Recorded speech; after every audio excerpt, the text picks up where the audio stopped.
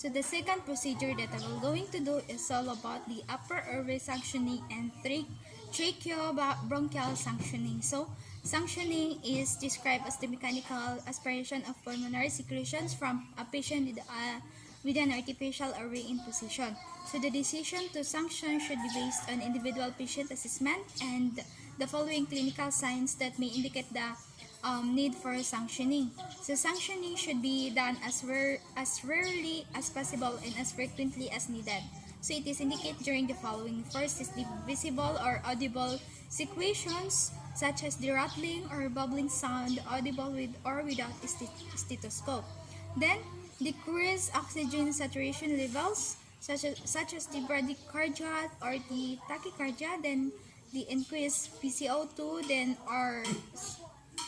then the deteriorating blood gas value. Then the changes and respiratory rate in pattern with increased respiratory distress, then changes of skin color such as the cyanosis, pallor, or mottle, then suspected endotracheal tube obstruction, then the ventilator alarms such as increased proximal airway pressure or decreased tidal volume. The next is the decreased breath sounds or absent chest movement. Then increased airway pressure when ventilated or such as the decreased tidal volumes. Then next is decreased chest excursion or such as the asymmetry. Then patient agitations. So sanctioning is important to prevent a mucus plug from blocking the tube and stopping the patient's breathing. Then sanctioning should be considered as the following.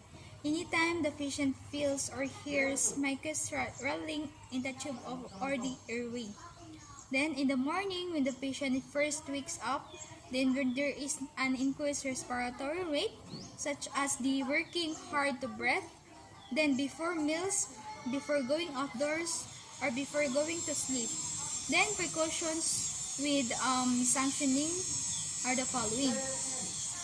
Raise the ICP, then pulmonary hypertension, pulmonary edema, then pulmonary hemorrhage, such as the vagal response bradycardia, the hemodynamic instability, the pulmonary vasoconstriction, or such as the next is the neurological changes in cerebral blood flow velocity or raise intracranial pressure.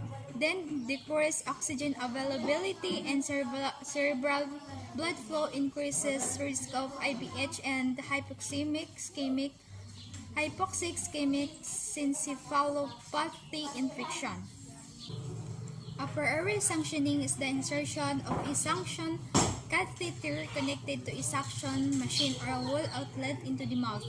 So, into the mouth, nose, and pharynx to remove excess secretions from the respiratory tract with the application of a negative pressure. Then, tracheobronchial or endotracheal suctioning is the process of applying negative pressure to the distal endotracheal tube or ATT. So by introducing a catheter to clear excess or abnormal secretions down to the trachea and bronchi. So for the purpose of this is to remove excess mucous secretions to ensure patency of an altered irritated air by removing excess secretions. Then to minimize pulmonary complications like pneumonia that result from accumulated secretions.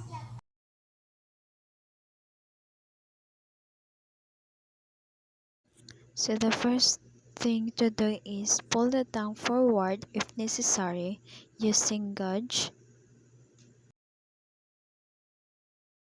Then, without applying suction, insert the catheter using the dominant hand to suction the certain area being suctioned. Then, advance the catheter about 10 to 15 centimeters along one side of the mouth into the oropharynx.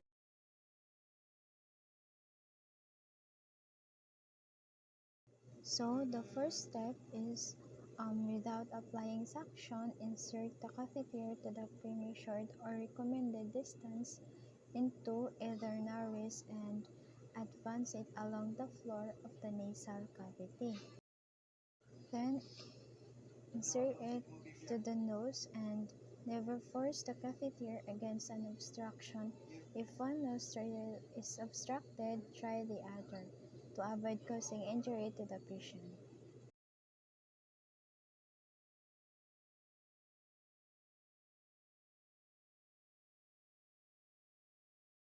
So the first step is disconnect the patient from the ventilator and introduce suction catheter gently to record